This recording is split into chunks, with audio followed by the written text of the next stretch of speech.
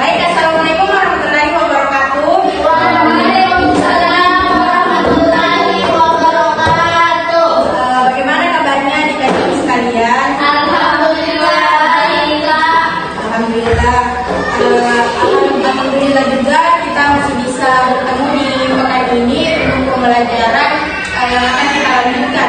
Sebelum itu ada yang masih hafal atau ada yang masih tahu materi minggu lalu? Baik, karena kalian sudah mengerti, kita lanjut saja ke materi untuk pekan ini. Tapi sebelum itu saya ingin mengabsen terlebih dahulu. Aldi Hermansyah, Nurul Jannatul Fatimah, Hadir Kak.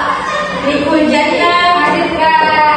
Raja Mudin. Hadir Kak. Baik, untuk pekan ini kalian semua hadir ya. Iya Kak. Itu kita akan memasuki materi Ahmad Wani bahasa Makassar. Ada yang mengerti? Belum. Oke, kita lanjut saja ke materinya. Sebelum lanjut ke materinya, ada yang harus kalian pahami terlebih dahulu, yaitu ada rangkaian pembelajaran. Yang pertama, kita harus mengetahui jenis-jenis terjemahan, memahami kaidah penerjemah, kalimat Makassar, dan juga 4.6 itu menerjemahkan kalimat atau teks bahasa Makassar ke dalam bahasa Indonesia. Selain dari capaian pembelajaran, kalian juga harus mengetahui tujuan dari pembelajaran pada pekan ini, yaitu pertama, kalian harus mampu menyebutkan jenis-jenis terjemahan. Kemudian yang kedua, kalian harus mampu menjelaskan kaidah penerjemahan kalimat bahasa Makassar. Kemudian yang ketiga, kalian harus terampil menerjemahkan kalimat atau teks bahasa Makassar ke bahasa Indonesia. Dan yang terakhir, kalian harus terampil menerjemahkan teks bahasa Indonesia ke dalam bahasa Makassar.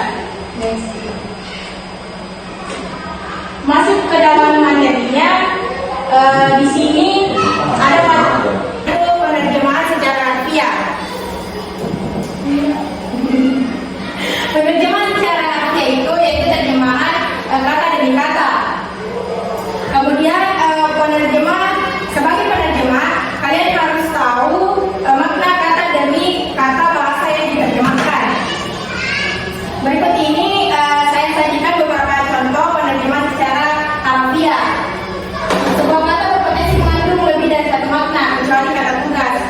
Contoh yang pertama itu ada kata Latinnya ambuko yang artinya besok, kemudian ambimbara yang artinya lusa, sinape yang artinya sebentar, dan sekolah yang artinya sekolah. Selain dari kata, ada pula yang dikatakan lampakana.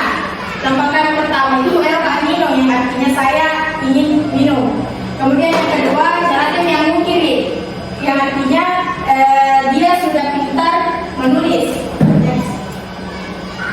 Selain dari penerjemahan secara harfiah, kita juga punya penerjemahan secara bebas, yang dimana ada beberapa hal yang perlu dipahami setelah dalam penerjemahan bahasa Makassar ke bahasa Indonesia atau sebaliknya.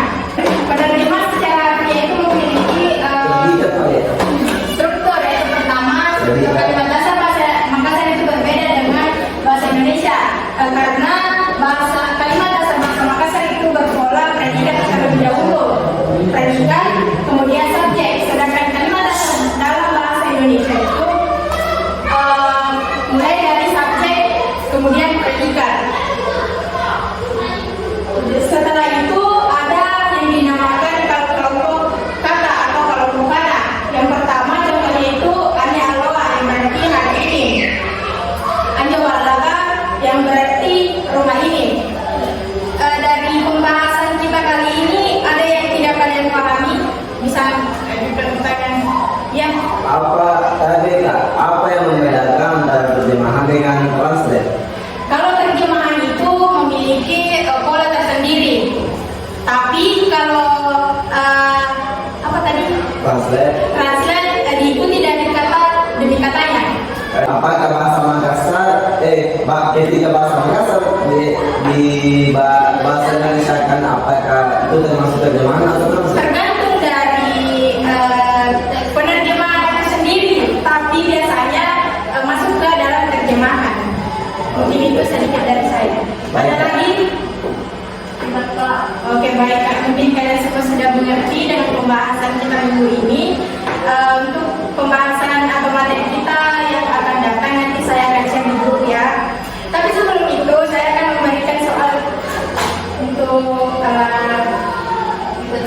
Tugas rumah. adalah seni.